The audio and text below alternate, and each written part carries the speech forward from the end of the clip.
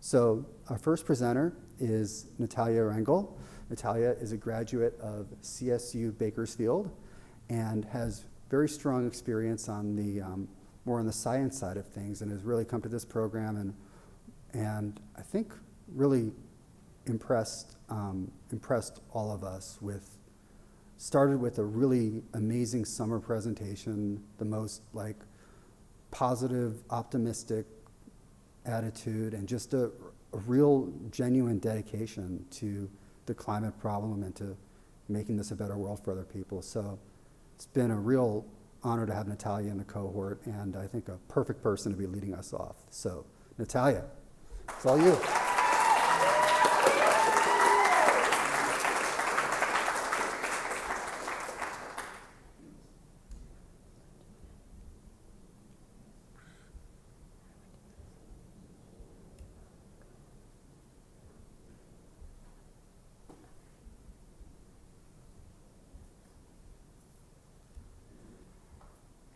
Thank you so much, Corey, for that lovely introduction. So good morning, everyone. Thank you all for being here today. I'm excited to lead the charge for everyone here. My name is Natalia Pantoja Rangel, and for my capstone project, I became involved with community-based research in Tijuana through the UCSD Center on Global Justice.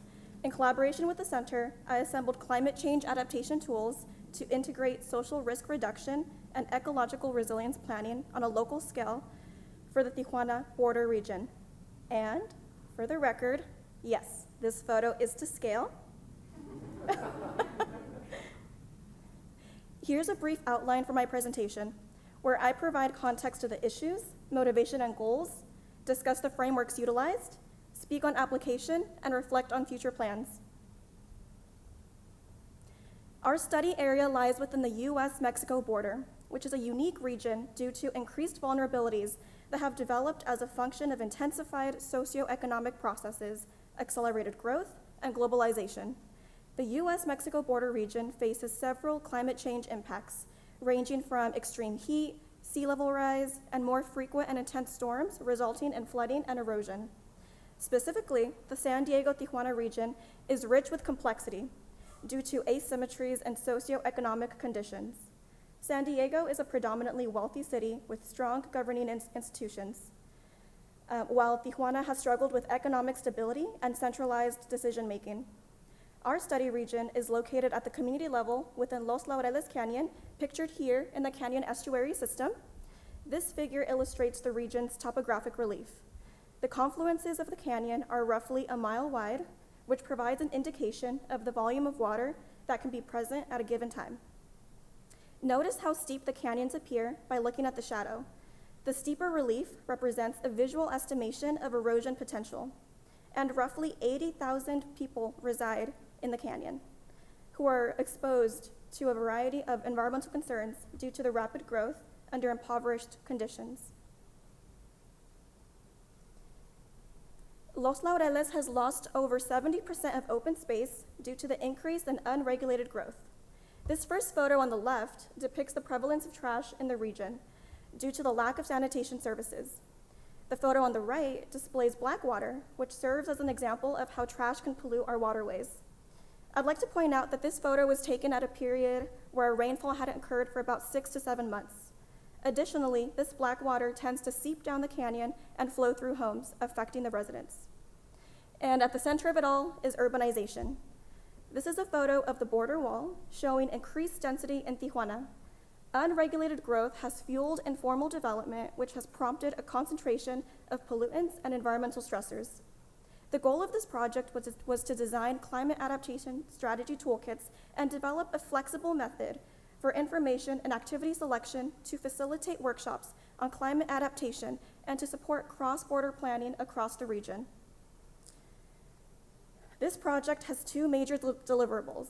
First, a toolkit or a compendium of climate adaptation tools aimed at exchanges of information and actions to implement nature-based solutions to challenges in the area. The second deliverable consists of a method for selecting from this larger set of activities based on social, ecological, and urban conditions. The execution of the workshops will introduce the collaborative planning instruments or tools which are intended to build community capacity for residents so that they may hold their governing institutions accountable by creating an understanding of the issues produced from this informal development. So this project has largely utilized a theory-driven approach to conceptualize the nature of the issues being discussed, and it provides the basis for the methods that will be deployed. First, a resilience thinking approach is considered, as the method discusses interacting systems of people and nature and how they can best be managed under disturbance. In this context, resilience is defined as the capacity of a social ecological system to absorb and respond to disturbance while undergoing change to maintain the same structure, function, and identity. Next, the concept of environmental justice has become a powerful lens to recognize the negative impacts that certain societal changes, such as urbanization, have imposed on people and the environment. And it also allows us to recognize that we must act first on these vulnerable areas. Next, adaptive governance is an important concept as it's produced from the bottom-up processes by informal structures that emerge in response to the failures from these top-down processes. Lastly, collaborative planning recognizes the importance of community, including its involvement in discourse that seeks to create sustainable and resilient communities. So this diagram showcases the broad scope of collaborative work performed by the UCSD Center on Global Justice. The project is embedded in long-term efforts at the center and different community partners, such as the Tijuana River Estuary, to build a network of public parks and conservation spaces linking the canyon communities, collectively known as Los Laureles Canyon, to the estuary.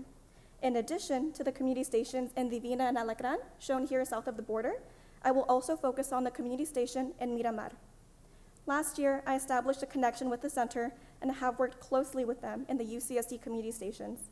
My work is premised on the horizontal exchange of information and perspectives, and the workshops will mirror this, as you will see later. The purpose is to have residents and researchers walk together and exchange information and begin common projects to decrease social risk and increase ecological resilience.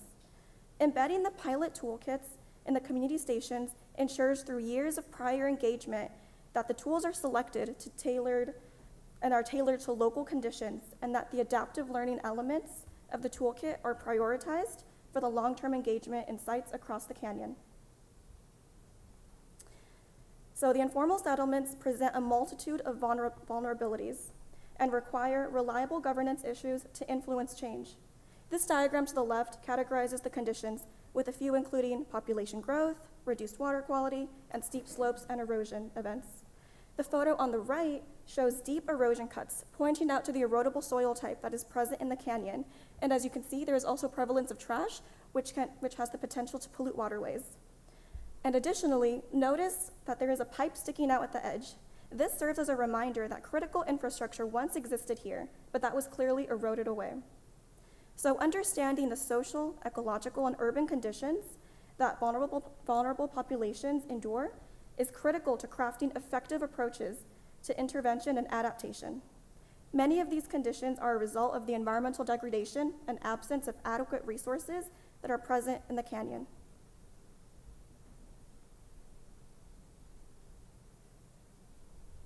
So this is the framework that was utilized to construct the toolkit.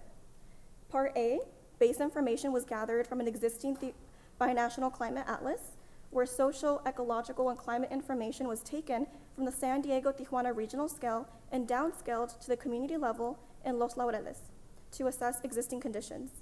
The conditions were then identified and grouped into social, ecological, and urban conditions to better assess which will function as triggers for certain tools. In Part B, the tools that were developed are a series of engaging activities that support the exchange of knowledge. And then Part C, each site was explored in further detail to identify important site conditions and to implement the corresponding tools. Next, we'll take a closer look at the framework in action. This example specifically looks at Miramar, and you can see that I've highlighted 3 conditions. These 3 conditions are denoted in the map zoom as examples of where these conditions are present in the community. For instance, letter F represents reduced water quality and is denoted along the canal. The social, ecological, and urban conditions are classified into existing vulnerabilities that each site faces. So once the conditions have been identified in the site, the tools are selected to address specific challenges and advance solutions. Like the conditions, the tools are categorized within social agency, eco-strategies, and public space. The activities are coupled with practical and hands-on information to reinforce learning and engagement. It's vital to deliver the information that is most important to the community to enable a collaborative process that is not dominated by the experts. From the tools, residents will begin to understand the changes occurring in the canyon and realize the importance of intervention strategies to secure a more sustainable future. Researchers will also be able to learn more about the community's perspective while this information is delivered directly to the community.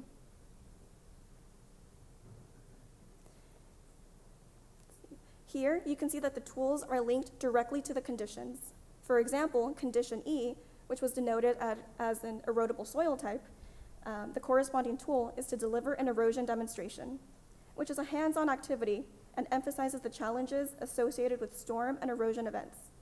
In the demonstration, residents will observe several clear containers filled with a soil substrate side by side.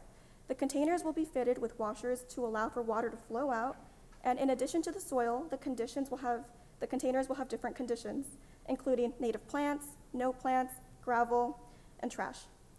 Residents will be asked to describe what they observe, whether it's clear water or murky water. From the observations, residents will understand the native plants act to filter water while other substrates contribute to pollution. The erosion demonstration is an example of how the tools will be used to address the critical conditions that residents face and provide them with the information for how to cohesively work together to reach these common goals. So this is an overview of the complete diagram showing the 3 sites where workshops will be implemented this summer. The box on the bottom right corner shows specific detail for 6 out of the 12 tools that will be deployed. Through implementation, we will learn how the sites are different and how they can learn from each other. It's important to mention that the tools will continue to be developed as they're deployed. Now, this diagram represents the different sites where workshops will be conducted this summer, specifically in Divina, Alacran, and Parque Miramar. Workshops have begun in Miramar through a community nonprofit that is working directly with the center. The center has maintained long-term partnerships within the communities, but it remains essential to build rapport with residents and gain a community perspective by spending time, actively listening to them, and sharing meals together. Doing so promotes a collaborative process that is not dominated by the experts or facilitators and will advance projects using the community's voice and input. The workshops will focus efforts within a 1-hour time span, and only 2 or 3 activities will be presented at a time to promote engagement. The workshops will act as a reciprocal process, where information will be delivered to the community during the activities, with the facilitators acting as bridging agents, and information will be collected to learn more about the community perspective. The tools within a workshop are designed to build off each other, since an overarching goal for this is to develop into an auto-planning process for the communities. The tools will need to be presented as a consistent process to work towards building continuity and achieving resilient results in areas that have faced issues of programs being implemented and forgotten. So next, these photos show community members in Parque Miramar engaging in a collaborative mapping activity. This site was subject to a devastating landslide in 2015 where many residents were displaced and lost their homes. Here, the residents are discussing the aftermath, share their experiences, and their current perspectives. I'm happy to say that I will be assisting with workshop facilitation this summer. I've conducted various field visits in the past few months where I've been able to build connections, learn through the community, and I've observed firsthand the conditions that afflict these communities. But most importantly, I've also observed the positive effects of the long-term partnerships with residents. I'm grateful for the opportunity to have engaged in community-based research, and I look forward to the lessons learned, which will be vital in advancing progress in these communities. Future work may include the construction of a policy document to illustrate the vulnerabilities that marginalized residents face and detail possible interventions. This would increase awareness of important issues and serve as a guide for policymakers and planners in the region. So lastly, I'd like to express my appreciation to my Capstone committee for their time and their dedication. And I'd like to extend a special thank you to the UCSD Center on Global Justice for providing the images and materials used in this presentation, especially Kyle Haynes, Teddy Cruz, and Jonah Meyer. Additionally, I would like to acknowledge the UCSD Center on Global Justice for their persistence in serving the underserved and for allowing me to contribute to their community-based research. The work that I have conducted with the center has bridged the theoretical to the practical, tying together the education that I've received in this program to acting directly towards climate change mitigation, adaptation, and intervention. Thank you so much for your attention. I'm more than happy to answer questions, but you may also follow up with me through email. Thank you.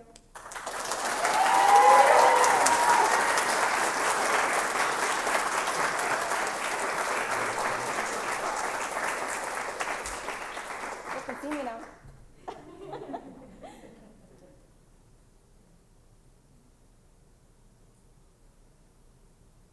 Yes? Hey, Natalia, what is the level of engagement anticipated for these workshop sessions? And do you see any challenges in implementing that? Yeah, that's a great question. I think in terms of level of engagement that we anticipate, a lot of that is going to depend on, what was that? Oh, no, that's a great question. So the level of engagement will really depend on how our work develops throughout the summer. So this summer, when I assist with workshop facilitation, I will do so as part of an internship where I will act with the professionals from the center, and I will also work collaboratively with undergraduates here at UCSD. So we'll all, arrive to the site as a team, and prior to actually conducting these professional workshops, we'll be in the space for a few weeks prior, engaging with the residents, priming them for the activities. So I believe a lot of that is really going to depend who we're able to connect with, and especially connect with those individuals that are actually embedded within the community. But again, more insight will be provided once these workshops are deployed. And in terms of, and what was your second question? Any challenges? Oh, yeah. Yeah, that's a great question. Because again, these workshops follow a very supportive theoretical framework. But in terms of actually, doing the implementation, acting out on the application, a lot of that is going to depend on various factors, including whether the residents realize short-term benefits rather than long-term benefits. So the residents will have to actually actualize value from these workshops in order for them to believe that they're receiving some benefit from it.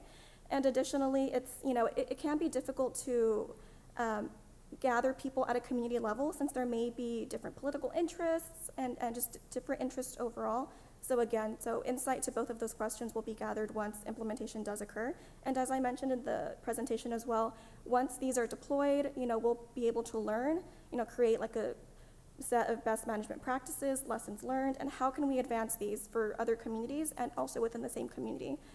So the goal here is to ultimately just continue progressing with these implementations. Thank you. Yes? One sec for the mic.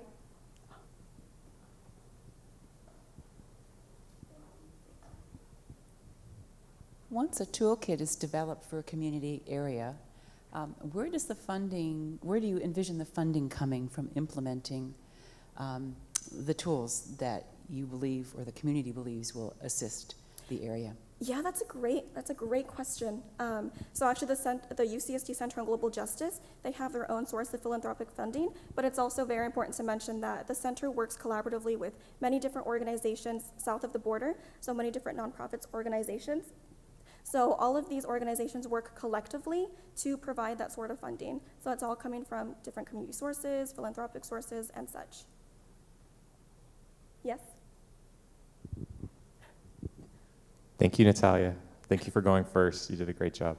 My question for you is about the evaluative mechanisms that are built into this. And so you mentioned a couple times that there's sort of an adaptive mechanism for learning, essentially, here, because we know that the first deployment of these things won't necessarily be perfect.